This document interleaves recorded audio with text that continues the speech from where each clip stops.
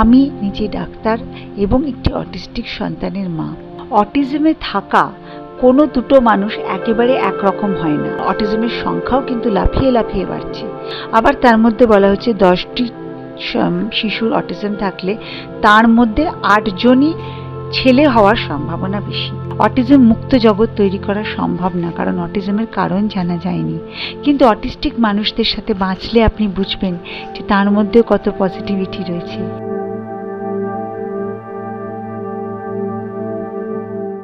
Autism মানে autism spectrum disorder, ASD। এটা একটা বড় স্পেকট্রাম। অটিজমে থাকা কোনো দুটো মানুষ একেবারে একরকম হয় না।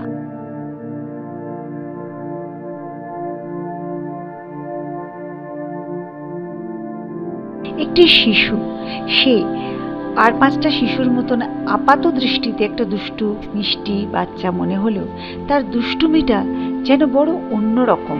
সে কোথাও এক জায়গায় বুঝতে পারে না, ছিটকে বেরিয়ে যায়, দুম করে গিয়ে দরজাটায় ধাক্কা দেয়, হঠাৎ করে গিয়ে কল খুলে চলে আসে। সুইচ দেখতে পেলে মনে হয় যেন সে পাগল হয়ে যাচ্ছে।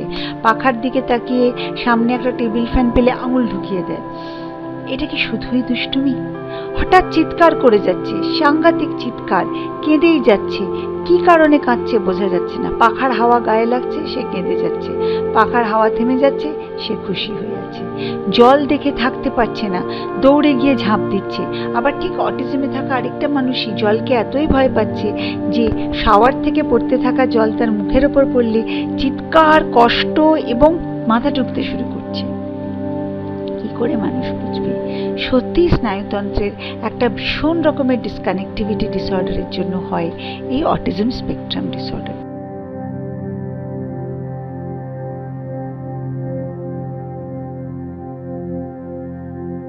আমি নিজে ডাক্তার এবং একটি অটিস্টিক সন্তানের মা।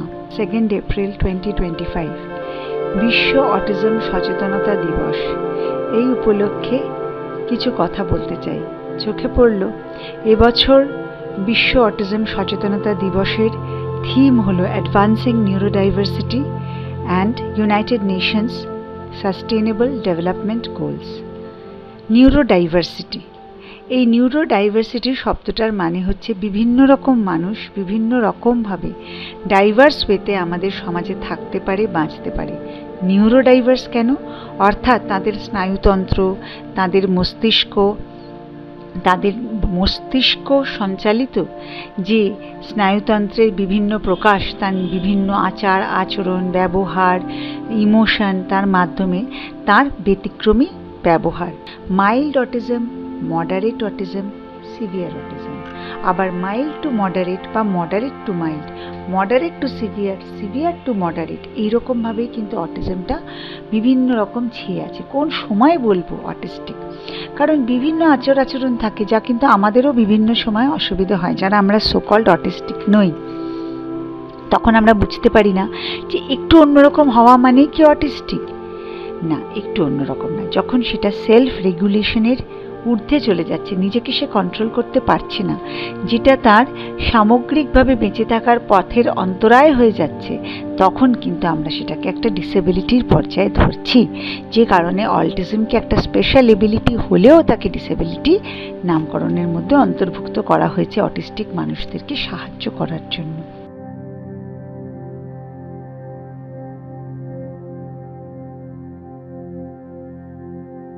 Centre for disease control and prevention বলছে ইউএসএতে এর সংখ্যা হচ্ছে 36 জনে 1 জনের অটিজম হয়। আর আমাদের ভারতবর্ষের পরিসংখ্যান আমি বিগত 2 বছর ধরে দেখে আসছি 68 জনে 1 জন। আবার তার মধ্যে বলা হচ্ছে 10টি শিশুর অটিজম থাকলে তার মধ্যে 8 জনই ছেলে হওয়ার সম্ভাবনা বেশি।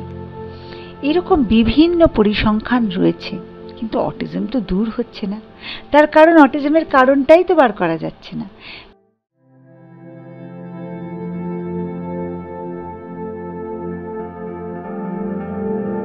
বিভিন্ন রকম থিওরি রয়েছে। বলা হচ্ছে কখনো জিনের গঠনমূলক পরিবর্তনের জন্য হচ্ছে, কোনো মিউটেশনের জন্য হচ্ছে, কখনো বলা হচ্ছে যে এটা হেরিডিটারি বিভিন্ন জেনারেশনে প্রকাশিত হচ্ছে, কখনো বলা হচ্ছে বিভিন্ন দূষণের জন্য হচ্ছে, কখনো আরও নানান কারণ রয়েছে। কিন্তু এখনো কারণটা সঠিকভাবে পিন পয়েন্ট করা যায়নি, এবং পিন পয়েন্ট না করতে পারার জন্য কি হয়েছে, মানুষ হাতড়ে বেড়াচ্ছে। কারা হাতড়ে বেড়াচ্ছে? আর অভিভাবকরা। অটিস্টিক মানুষরাও কিন্তু কোথাও না কোথাও বুঝে যে আমার মধ্যেও কোথাও একটা অসুবিধে রয়েছে, খামতি রয়েছে, আর 5 জনের মধ্যে আমি কিন্তু পারছি না।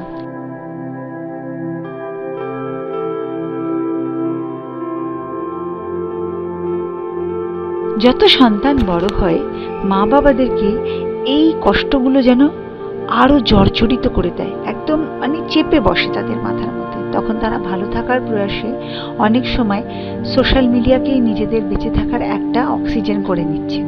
সেটার যেমন ভালো দিক আছে, আবার অসুবিধার দিকটাও হচ্ছে যে সোশ্যাল মিডিয়াতে যে সবসময় একটা ইনস্ট্যান্ট গ্র্যাটিফিকেশন, একটা ইনস্ট্যান্ট রিওয়ার্ড আসছে যে হ্যাঁ বাহ খুব ভালো, দারুণ ব্যাপারই। তাতে দেখা যাচ্ছে মানে যেহেতু আমি আমার একটা ভলেন্টিয়ার করার কাজ, আমার নিজের চিকিৎসা শাস্ত্রের সাথেও একটা community clinic, free community clinic করি, আমাদের একটা সংগঠন আছে ছোট, তার মাধ্যমে এবং ছেলে মেয়েদেরকে দেখি, মা বাবাদের সাথে পরিচিত হই, আমি বুঝতে পারি এবং আমি নিজেও অভিভাবক হিসেবে বুঝতে পারি যে আমার সন্তানের একটু পারাটাকেই আমার খুব আনন্দ হয়, সেটা শেয়ারও করে ফেলি।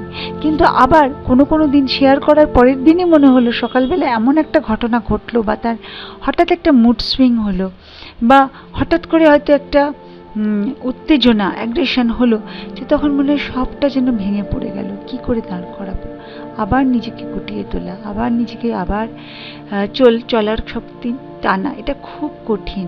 আর্লি ইন্টারভেনশন থেরাপি অনেক প্রচেষ্টা হয়েছে, খুব সুন্দরভাবে চলছে, আরও সুন্দরভাবে, আরও ভালোভাবে তৈরি হোক।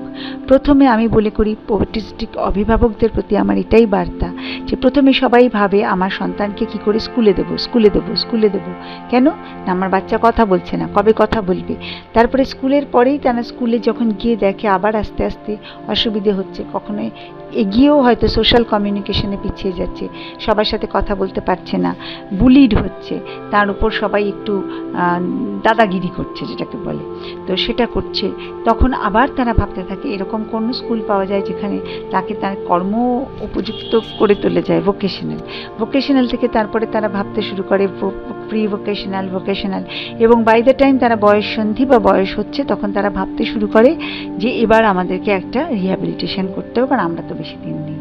কিন্তু অভিভাবকদের সবাইকে বলবো, আপনার সন্তান যদি 3 বছরে অটিজম ডায়াগনোসিস হয়ে গিয়ে থাকে, আপনি কিন্তু একজন 23 বছরের অটিস্টিক মানুষের প্রতিও সমান সহানুভূতিশীল হন। দেখা যাচ্ছে যে এমনও অনেক মানুষ অটিস্টিক, তারা হয়তো বলতে পারছেন না, পড়ে বুঝতে পারছেন।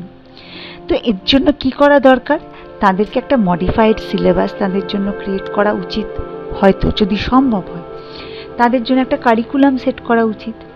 এবং এমনও অনেক অটিস্টিক ছেলে মেয়ে আছে যাদের দেখা যাচ্ছে, আমার খুবই পরিচিত একটি স্নেহের মানে ছোট্ট ছেলে, বালকই বলা চলে, সে এতটাই ডিস্টার্বড হয়ে যায় রাতের অন্ধকার দেখলে, সে তখন তার মাকে অনুরোধ করে, মা ছুরি দিয়ে কেটে রাতটাকে সাদা করে দাও। অর্থাৎ সে রাতের কালো অন্ধকারটাকে একটা কালো পর্দার মতন দেখছে, সে থাকতে পারছে না। সে কিন্তু বড় বড় অঙ্ক কষে ফেলে, কিন্তু সে কিন্তু স্কুলে থাকতে পারছে না, অস্থিরতা, স্কুলে একটু এদিক থেকে ওদিক কিছু নড়ে গেলে, চক ডাস্টার পড়ে গেলে, টিচার জোরে চিৎকার করে, কাউকে চিৎকার করে বলাটা হয়তো ঠিক না, মানে জোরে শাসন করলে সে হয়তো ভয় পাচ্ছে, সেটা নয়, সে হয়তো তার কানে অসুবিধে হচ্ছে।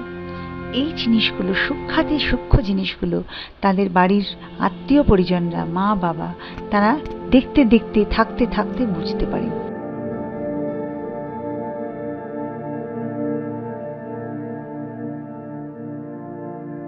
এত তো সচেতনতা হচ্ছে এত বছর ধরে, অটিজম সম্বন্ধে মানুষ জানছে, থেরাপি বাড়ছে, থেরাপি করার বয়সটার অনেক তাড়াতাড়ি এখন নির্ধারিত হচ্ছে, অনেক তাড়াতাড়ি আর্লি ইন্টারভেনশন যেটাকে বলা হচ্ছে শুরু করে দেওয়া হচ্ছে।